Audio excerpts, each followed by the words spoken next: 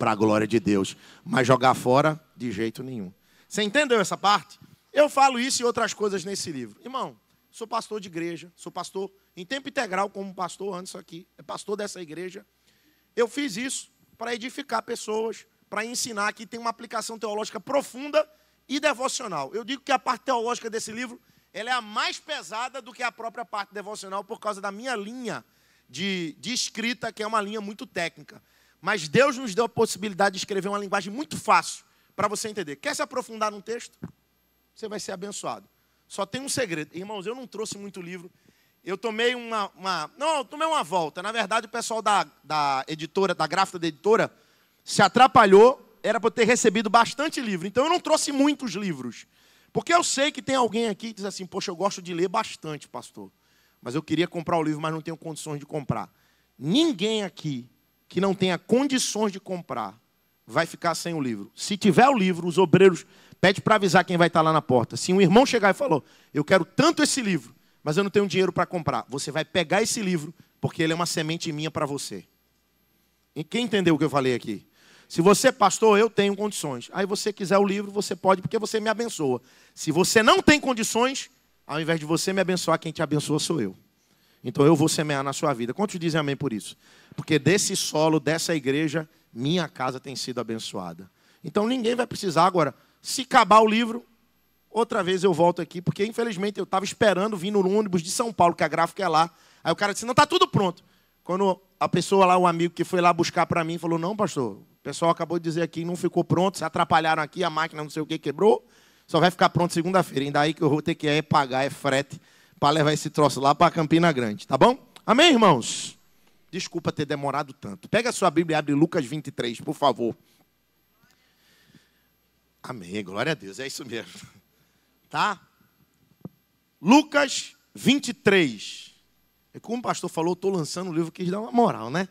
Falar, né? Fazer o quê? Tive que falar, né?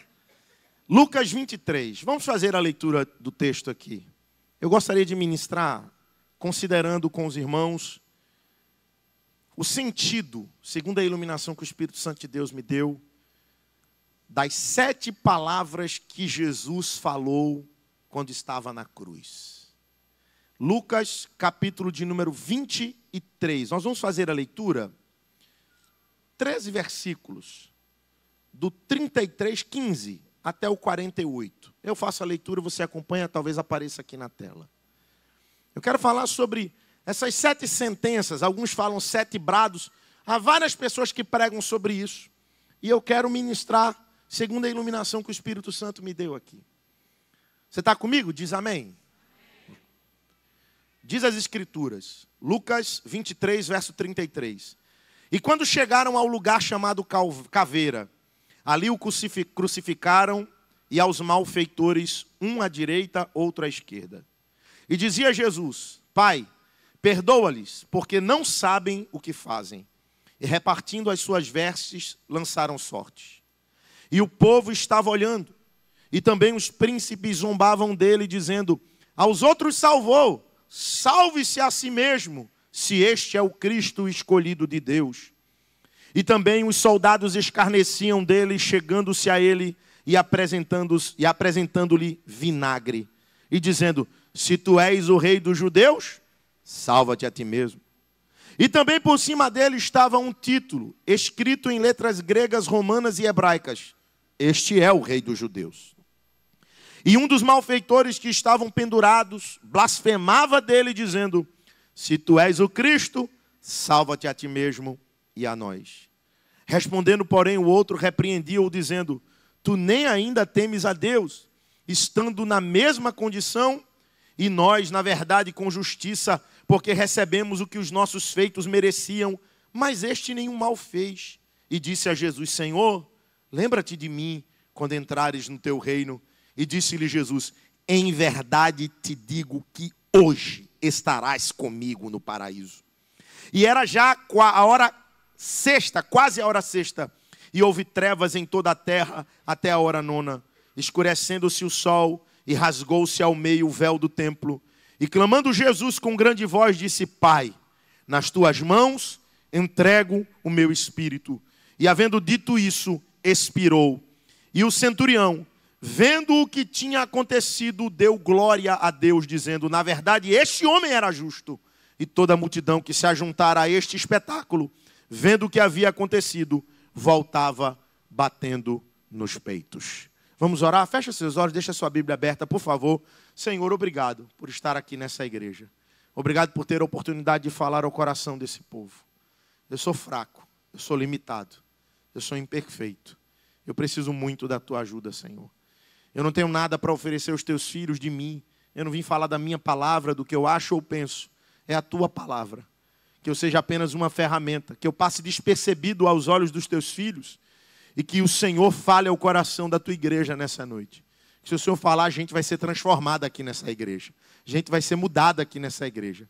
Então fala conosco, para o louvor da tua glória. É o que eu te peço e te agradeço. Em nome de Jesus. Amém. Se você concorda com essa oração, diga amém, por favor. Queridos, o Calvário é o ápice do cumprimento das profecias bíblicas a respeito do nosso Senhor Jesus Cristo. Ele é aquele que fora prometido. Ele é o Messias, o que era esperado. As escrituras sagradas de Gênesis a Malaquias, falando na ordem da Bíblia que nós carregamos, tem diversas profecias a respeito do Messias, do Filho de Deus. Todas essas profecias se cumpriram em um só homem, Jesus, o filho de José e Maria, o que era conhecido como o Galileu ou mesmo como o Nazareno. Há dois especialistas, pouco importa, mas vou citá-los porque a gente faz isso por uma questão de ética. Um, em 1963, chamado Peter Stone, escreveu um livro, A Ciência a Fala. Peter, ele analisou apenas 8 profecias, das mais de 300, e identificou uma estatística matemática. Ele preveu que para que 8 profecias se cumprissem apenas em um só homem, para quem é matemático ou estudioso aqui na área de exatas, ele achou a proporção de que para acontecer, humanamente falando, 8 profecias se cumprirem em um só homem, seria uma probabilidade de 1 em 100 quatrilhões de vezes de chances. Um outro cara chamado J.P. Free, eu não sei o J.P. o que significa, esse cara escreveu também um livro e fez uma outra pesquisa, dessa vez mais abrangente. Ele entendeu e identificou 332 profecias no Antigo Testamento que literalmente se cumpriram em Jesus, o Cristo. Isso aqui é um fato tão extraordinário que a probabilidade dele ainda é muito mais terrível do que a do primeiro que eu acabei de citar. Ele disse que para que 332 profecias, pastor Welton, se cumprissem em um só homem, a estatística seria, segura aí, que nem eu entendo esse número, 1 em 8 quinquilhões e 400 quadrilhões de trilhões de avos. É impossível tantas profecias se cumprirem a respeito de um só homem. E Jesus foi cumprida todas essas profecias. E você vai ver que até a última hora, o último momento, que eu vou falar aqui na mensagem, a sexta coisa que Jesus falou na cruz, você vai perceber que parece desconexa com todo o momento. Para que Jesus fala essa coisa? Mas é para você ver o controle de Deus sobre a história e sobre tudo. Ele falou assim, eu não posso deixar passar nada. Tem 332 profecias, eu não posso morrer e entregar meu espírito aqui com 331. Aí ele fala mais uma coisa e cumpre 332 profecias. Em todas elas, Deus mostrou o seu poder e a sua glória. Eu queria ver com você essas 7 frases. Falar delas e trazer a aplicação de cada uma delas. Quem está comigo, diga amém, por favor. Cátia, o irmão, fala assim, são só 7, não são 332 coisas, não. São só 7. A primeira delas está em Lucas 23, 34. Eu li o texto de Lucas, mas eu vou citar porque alguns só outros evangelhos tratam. Lucas 23, verso 34, o texto diz assim, Pai, perdoa-lhes, porque não sabem o que fazem. Essa palavra, essa sentença foi proferida no momento de pior agonia de Jesus. Estavam dividindo as suas vestes, tirando elas em sorte. Zombando eles estavam os soldados que o martirizaram e o crucificaram. estavam os ladrões que estavam crucificados, apesar de Lucas registrar somente um, mas Mateus e Marcos falam que os dois blasfemavam. Os príncipes de Israel xingavam ele e diziam: se tu és o Cristo, percebeu no texto que lemos de Lucas quantas vezes isso foi falado? Se tu és o Cristo, salva-te a ti mesmo. Se tu és o Cristo, salva-te a ti mesmo. Você lembra quando os pretorianos entraram no Getsemane para prender Jesus e Pedro puxa de uma espada e corta a orelha de um daqueles homens? Jesus vira para ele e fala: Pedro, segura a tua espada, embainha a tua espada, porque se eu quisesse agora mesmo, eu rogava ao Pai e ele mandava aqui alguns milhares de anjos. Jesus fala no número de miríadas celestiais para que ele pudesse me livrar, mas esse não é o propósito de Deus, o Criador do universo, aquele que Hebreus capítulo 1 diz que sustenta todas as coisas pela palavra do seu poder. Colossenses 1 diz que ele é a causa de todas as coisas existirem e subsistirem, está pregado no madeiro, todos zombam dele e ele não fala outra coisa a não ser: Pai, perdoa-lhes, porque não sabem o que fazem. Jesus estava sofrendo a pior das suas dores, mas não se distraiu do propósito que ele foi enviado à terra para cumprir. Ele não se perdeu na sua aflição. Vai processando. Mesmo sofrendo uma dor excruciante, que um pensador cristão chamado Jonathan Edwards falou que era a pior dor, que qualquer outra dor já fora experimentada, ele não se desviou do seu propósito. Hebreus 12, verso 3 diz: considerai, pois, aquele que suportou tamanha oposição dos pecadores contra si mesmo, para que vocês não cansem nem desanimem. O primeiro brado que Jesus profere no Calvário, ou a primeira palavra que o nosso Salvador fala na cruz, não expressa outra coisa, não expressa dor, agonia, desespero, nem raiva, nem rancor. Jesus expressa sua chamada, seu propósito. Nosso Salvador sabia que mesmo o ato mais terrível e vergonhoso daqueles soldados e dos príncipes do povo era apenas o cumprimento do propósito eterno de Deus na sua vida. Então o que é que ele faz? Ele espelha o que ele tem de melhor, o seu propósito. Guarda aí, Marcos capítulo 2, Jesus está dentro de uma casa e está uma multidão de gente, tanta gente naquela casa que ninguém mais podia entrar nem pela porta e nem pela janela. Você lembra dessa passagem? 4 amigos tinham um moço paralítico, ou tetraplégico, ele era acamado, eles não sabiam por onde levar esse homem, faziam um buraco no telhado, a Bíblia não conta como eles fizeram, mas eles deram um jeito de escalar, descem o moço no meio da sala, aquela cena, claro, as pessoas abrem e desce. Eu fico imaginando, todo mundo naquela casa queria ver Jesus fazer o que ele tinha fama que fazia. Todo mundo esperava que Jesus olhasse para aquele moço e dissesse assim: levanta dessa cama, pega a tua cama e anda. Mas contrariando a expectativa da multidão, que muita gente só se ajunta para ver Jesus fazer pirotecnia e não tem muito interesse em ver Jesus fazer aquilo que ele foi chamado e enviado para fazer. Jesus olha para aquele moço e fala: menino, teus pecados te são perdoados. Os fariseus falam que esse cara é doido. Quem ele pensa que ele é? Esse cara é maluco. Ele pensa que é Deus? Ele ouve os pensamentos. Eu queria dizer para você que entrou aqui talvez desavisado, que o Jesus que a gente adora nessa casa ouve pensamentos. Tu não abriu a boca para falar, mas ele acabou de ouvir o que você acabou de pensar. Ele olhou para os fariseus e perguntou: o que vocês estão aí arrazoando em vossos corações? Ou seja, ele ouviu os pensamentos daquele moço e ele falou: para que saibais que o Filho do Homem tem poder para perdoar pecados. Olhou para o menino e falou: garoto, levanta, pega a tua cama e anda. Mas primeiro perdoou. Por quê? Porque o perdão é a bandeira da graça. O cartão postal de visita da cruz do Calvário da graça é o perdão. Faço uma pergunta para você. Jesus estava vivendo a pior das suas aflições, a pior das dores, tamanha que ele ainda sentindo emocionalmente suou gota de sangue lá no Getsemane. Agora ele estava sofrendo na pele. Na pior das lutas, Jesus expressou, extraiu, expeliu o que tinha de melhor. Deixa eu te perguntar, não olha para o lado não. Quando você está na tua pior das lutas, o que é que sai de você? Quando você está na mais terrível aflição, o que é que sai de você? Quando pegam uma azeitona e botam na prensa e apertam a prensa até a última, o que escorre da azeitona é azeite. O que escorre da azeitona é aquilo que ela foi feita para extrair, que é o seu melhor. Quando Jesus está no Calvário, ele expressa o seu melhor, ele perdoa. Quando você está no teu Calvário, pode olhar para o irmão para ver se ele está com essa cara de tacho. Para ver se ele está agoniado.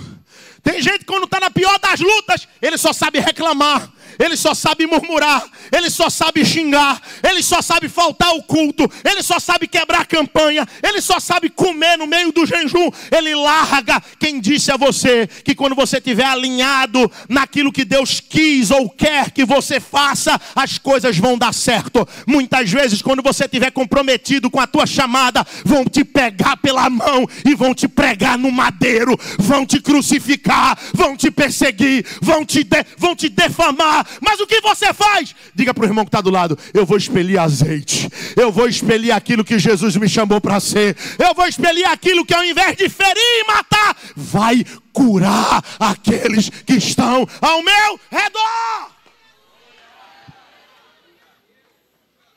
O que é que você expele quando você está na tua aflição? Precisamos discernir que alguns dos nossos piores momentos são provocações da nossa chamada. Por que Jesus permitiu isso comigo? Para que você tenha a oportunidade de colocar para fora aquilo que Ele gerou dentro de você. Para que você coloque, talvez alguém aqui está na pior das suas lutas.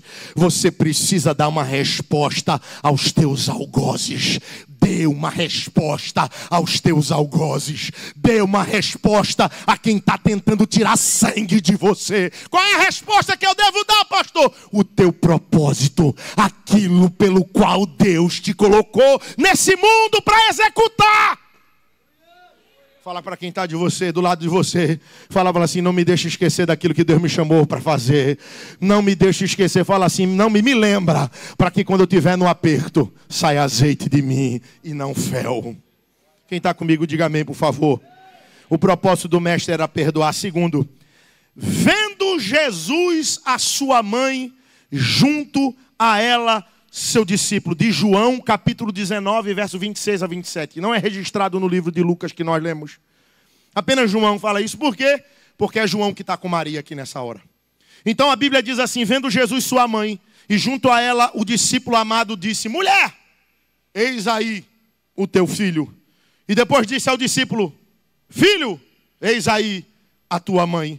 Daquela hora em diante, diz o texto, o discípulo tomou e a levou para casa. É claro que ali tinha muito sentimento envolvido. Maria é a mãe de Jesus. Por favor, não confunda. Talvez tenha alguém aqui, querido amigo católico. Você e eu respeitamos a sua doutrina, mas em nenhum momento as escrituras sagradas dizem que Maria foi a mãe de Deus.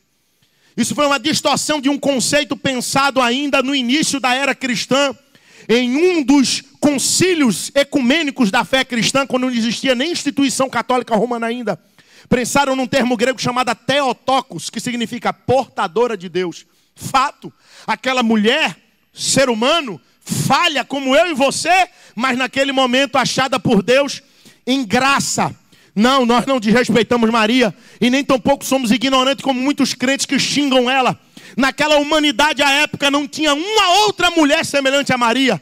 O anjo diz: salve agraciada. Foi Deus quem viu que Maria estava apta para ser o receptáculo que Jesus estaria até a sua concepção. Maria não foi mãe de Deus, ela carregou Deus por um tempo. O que Jesus está fazendo aqui, queridos, não é desprezar Maria. Jesus não está desprezando ela. Aqui, nós devemos entender que simultaneamente Jesus demonstra cuidado, zelo, compaixão para com sua mãe na terra, mas também ele tinha mais do que isso, ele tinha zelo pelo propósito que ele estava cumprindo. Então aprende isso aqui. Quando Jesus faz isso, ele não está dizendo outra coisa a não ser o seguinte: Maria, você não deve me enxergar mais como seu filho aqui, você deve me enxergar como teu Salvador também. E aqui é fácil você entender qual é a aplicação. Quando você vai lá para o começo do Evangelho de Mateus, você vai ver o cântico de Maria. Quando o anjo chega para ela e diz para ela que ela portaria o Salvador, ela canta, e no seu cântico ela chama Jesus de Salvador. Ela diz: o meu Salvador. É fácil reconhecer Jesus como Salvador na alegria do ventre. É fácil, quando estiver no conforto da bênção, reconhecer que Ele é Deus, vir para a igreja cantar. A questão é que você também precisa reconhecer que Ele é Deus e dar a Ele louvor e glória quando o negócio estiver apertado para você também. Quando a cruz estiver apertando as tuas mãos, quando você estiver perdendo o fôlego por causa do cavalo, o sangue descendo no meio da testa, você também deve reconhecê-lo como Deus. O que Jesus está ensinando para Maria e para mim é que você não deve glorificar a mim e nem me reconhecer quem eu sou de fato só quando tiver coisa boa na sua vida, só quando as coisas estiverem folgadas. Também na luta e na aflição, reconheça que Ele é Deus, glorifique a Ele como Senhor e Salvador da sua vida.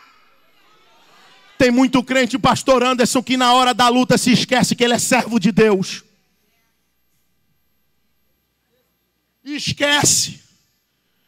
Quando o casamento está em crise, parece que a irmã esquece, o irmão esquece que é crente. Quando as finanças estão no arroxo, ele esquece que é crente. Está tentando dar volta em Deus. Não, é na bonança e na aflição. Reconheça que Ele é o Senhor. Quem está comigo, diga amém, por favor. Uma outra coisa que Jesus quis ensinar a Maria é o seguinte.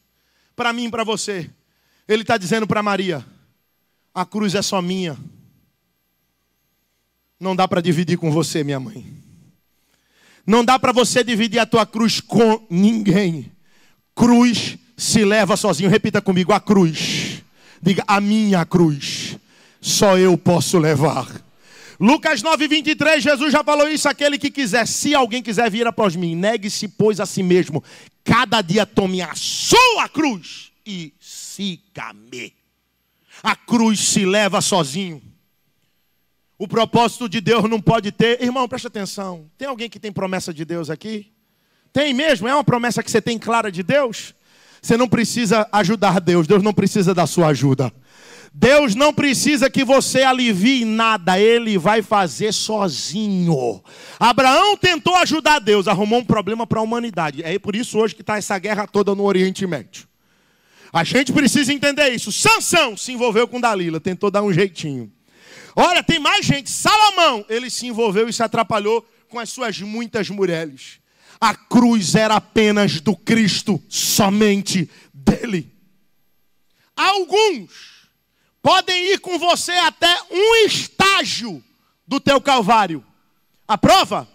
Simão Cirineu ajudou Jesus a carregar a cruz. Quem dera Deus levantasse Simãos Cirineus para a nossa vida. Quem precisa de um Simão Cirineu? Quem precisa? Quem precisa que alguém lhe ajude a suportar o peso por um momento da jornada? Só tem um detalhe, meu amigo. Simão Cirineu só vai até 1 hora. Quando você tiver que subir o Gólgota e ser crucificado lá, tu vai sozinho. Tu tem que se livrar dessa cruz sozinho. Tu tem que suportar o peso dela sozinho.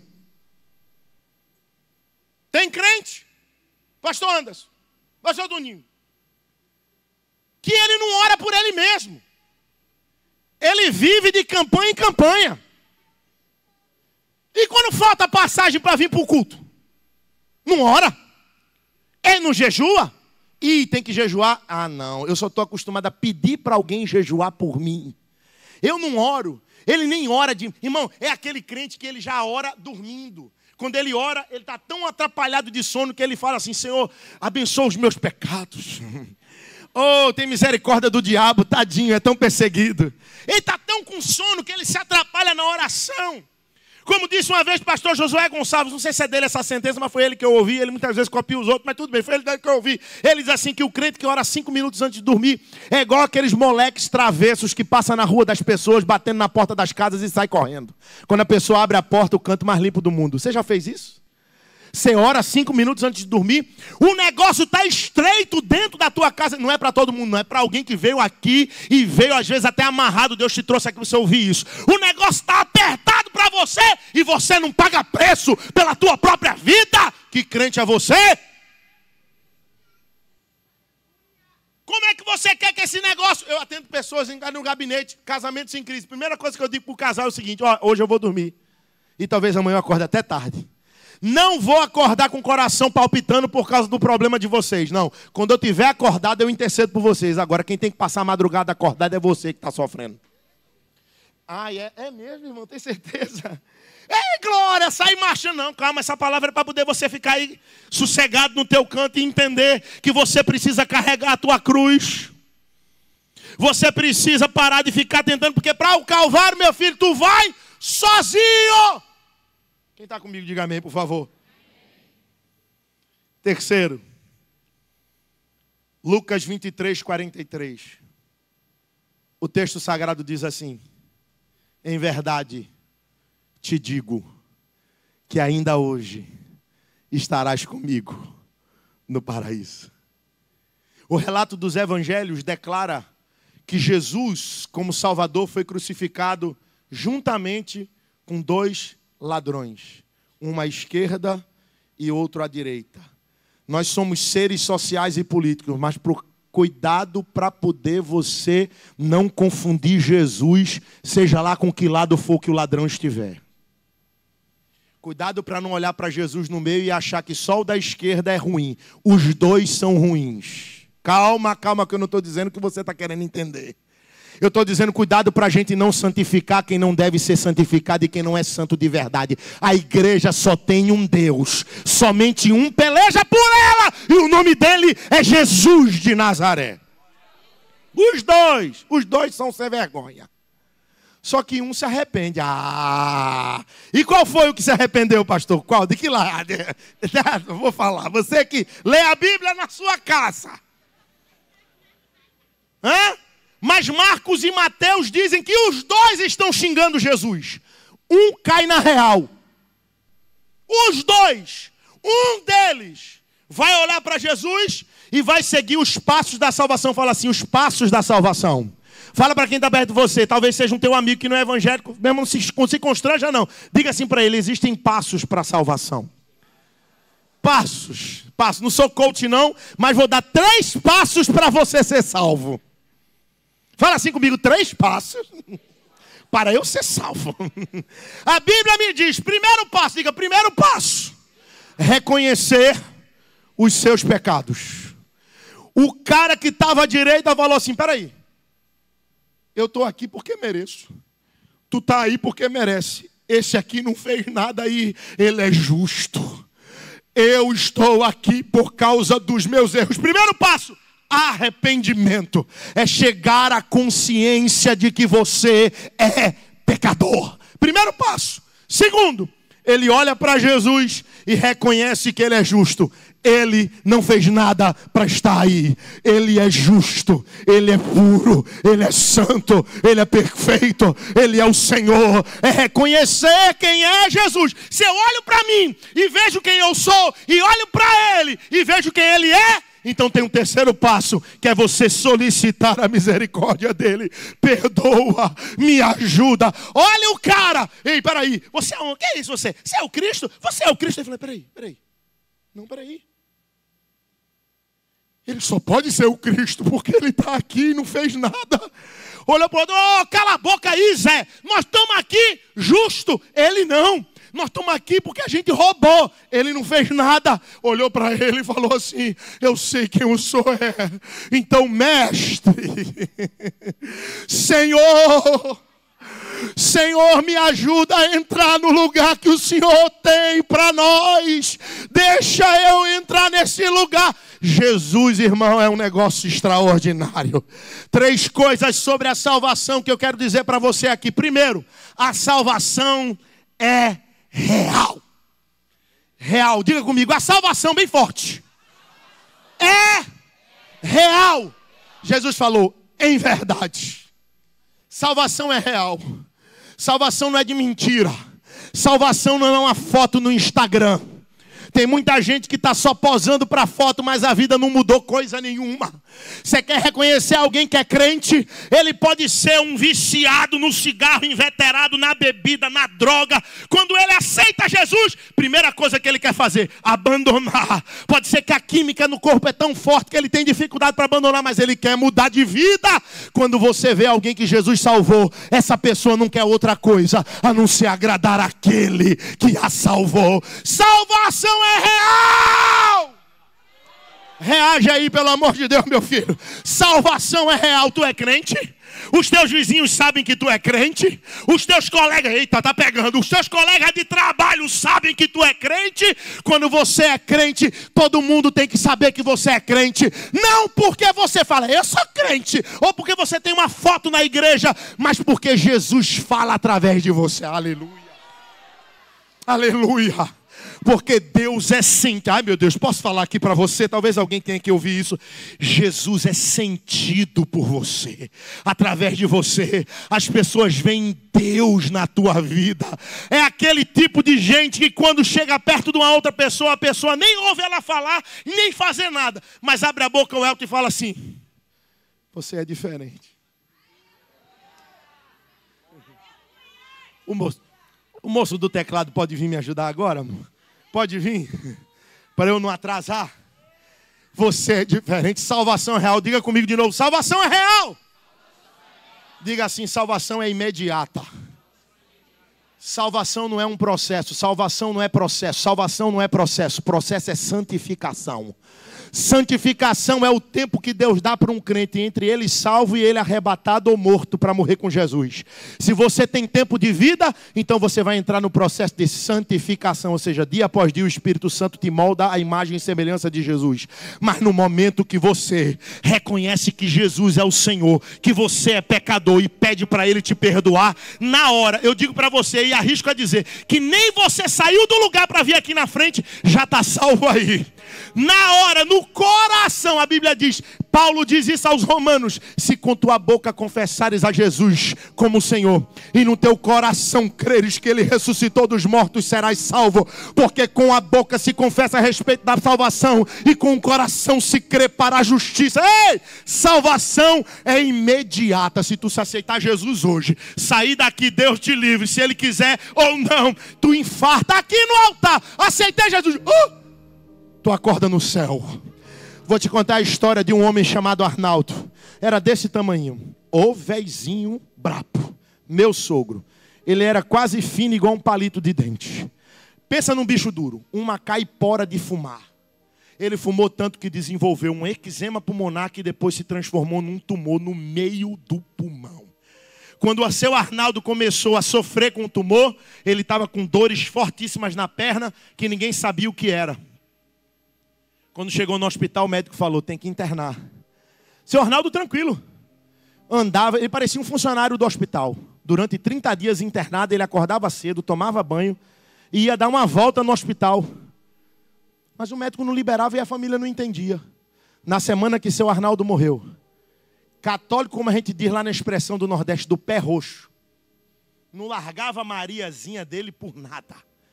Brabo quando a gente tentava falar de Jesus para ele. Quem é seu Arnaldo? O pai da minha esposa, meu sogro.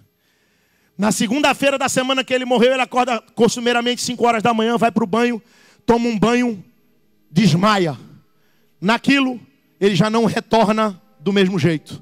Metade do seu corpo paralisado. Os médicos disseram, ele está assim, porque a radiografia, a ressonância magnética identificou que 50% do cérebro dele está tomado pelo câncer. E o médico falou, impossível isso se desenvolver de um domingo para segunda. Isso aí já estava assim, agora a gente não sabe explicar porque ele andava e falava. Era Deus dando tempo para ele. Era Deus dando tempo para seu Arnaldo. Metade do corpo paralisado, mas a consciência viva. O que é que a gente fez? Como ele não podia mandar em nada, botamos um som num celular conectado no computador, na tomada, rodando louvor o tempo inteiro. Isso era segunda. Veio terça. Quarta-feira, meu pai na fé veio me visitar. E eu confesso a vocês, naquela época, 2011, eu falei, Ítalo, fala de Jesus para ele, cara, que a gente já... Eu ficava com medo, talvez, de afligir ele naquela agonia. Meia hora dentro do quarto. Ítalo trocou algumas palavras que eu não ouvi, mas saiu do quarto e falou: Rafael, ele acabou de aceitar Jesus lá. Porque a outra parte do corpo dele, ele não falava, mas ele mexia. Ele sinalizou que tinha Jesus. Na madrugada de quinta para sexta, seu Arnaldo morre e ele está na glória de papai. Um dia eu vou ver, e quando eu chegar no céu, ele vai estar andando no céu como ele andava lá no hospital, mas agora livre, solto, liberto, regenerado e com o corpo glorificado. Ei, não importa qual é o momento que você aceitar Jesus, é na hora, é imediato. A salvação é já. Jesus falou: eu te digo em verdade que ainda hoje, diga assim comigo, hoje, diga: a salvação se chama, a salvação se chama hoje, ainda hoje estarás comigo no paraíso. Não tem que pagar nada, não tem que ir para nenhum tipo de purgatório, nada. O sangue de Jesus perdoa.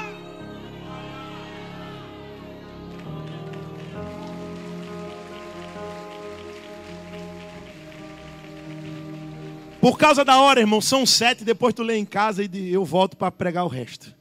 Fica de pé, por favor. Vou ficar aqui. Terceiro, a salvação é real. A salvação é imediata. Terceiro, a salvação é Cristo quem opera. Jesus falou: em verdade, eu te digo que ainda hoje estarás comigo no paraíso. Não tem que pagar nada. Por quê, pastor? Porque o boleto parece troço. Jesus estava pagando no Calvário. Quem pagou o preço foi o Salvador.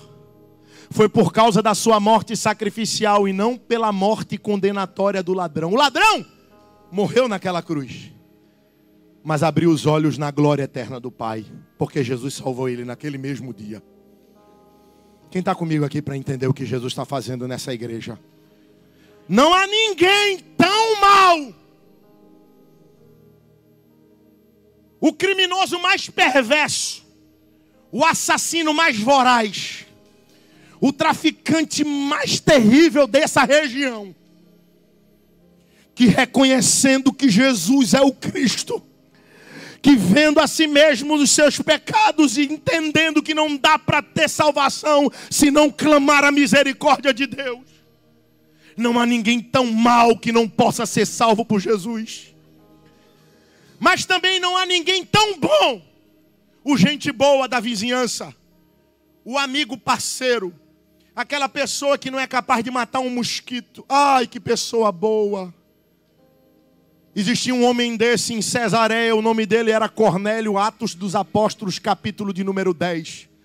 Versículo 1 e 2 diz: e havia em Cesareia um homem por nome Cornélio, piedoso, temente a Deus com toda a sua casa, fazia muitas esmolas ao povo e de contínuo orava a Deus. Que coisa interessante. Um homem piedoso, temente a Deus, um cara de oração. Só tem um detalhe: um anjo apareceu na casa de Cornélio e falou: manda chamar Pedro que está em Jope, porque ele vai te falar palavras com que te salves a tu e a tua casa, diz Hebreus, Atos 10, verso 6. O cara era gente boa a ponto do anjo dizer: ô Cornélio, eu vim na tua casa porque Deus está dizendo que as coisas que tu anda fazendo, Ele está observando, até as tuas esmolas estão subindo à memória de Deus.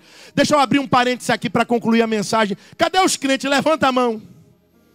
Irmão, se Deus mandou um anjo na casa de um cara que não era crente para dizer que estava observando a vida do cara e dizendo que estava gostando do que estava vendo, imagina você que é crente.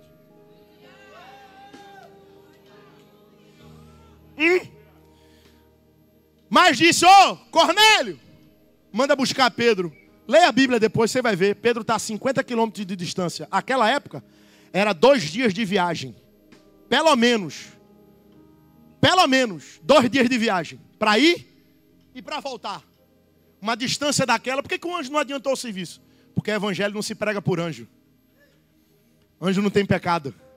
O que é que o evangelho vai demonstrar? Cadê o showroom do evangelho? Ah, e o anjo chegasse assim: é o evangelho, porque é para pecador, não sei o quê. Ele transforma a vida. Que vida que o anjo precisa de transformação? Que ele é um ser angelical, encerrado em santidade. Não pode pecar, porque Deus encerrou ele em santidade depois da queda do diabo. Nada. Aí Jesus falou assim: eu vou trazer o evangelho, mas quem vai pregar é o alvo que vai ser salvo. Então pega aí o caba mais sem vergonha, a mulher mais doida, que vivia na bagaceira, o negócio com ela era terrível. Vou salvar ela, vou dar um banho de loja do evangelho, vou botar meu espírito para morar nela, vou mudar o jeito dela ser, o jeito dele falar, a maneira dele ou dela se vestir, vou transformar a vida dele, vou pegar ele e vou dizer assim, agora vai e diz que o evangelho muda, transforma, salva, perdoa. E quando perguntarem, como é que eu sei disso? Olha para a minha vida, olha como eu era e olha como eu sou hoje. Quem pode testificar que o evangelho é o poder de Deus para a salvação? Pode ser o ladrão que está crucificado no madeiro do lado de Jesus. Pode ser o homem bonzinho que foi encontrado na cidade de Cesareia. Todos precisam ser salvos pelo mesmo Jesus que está no Calvário.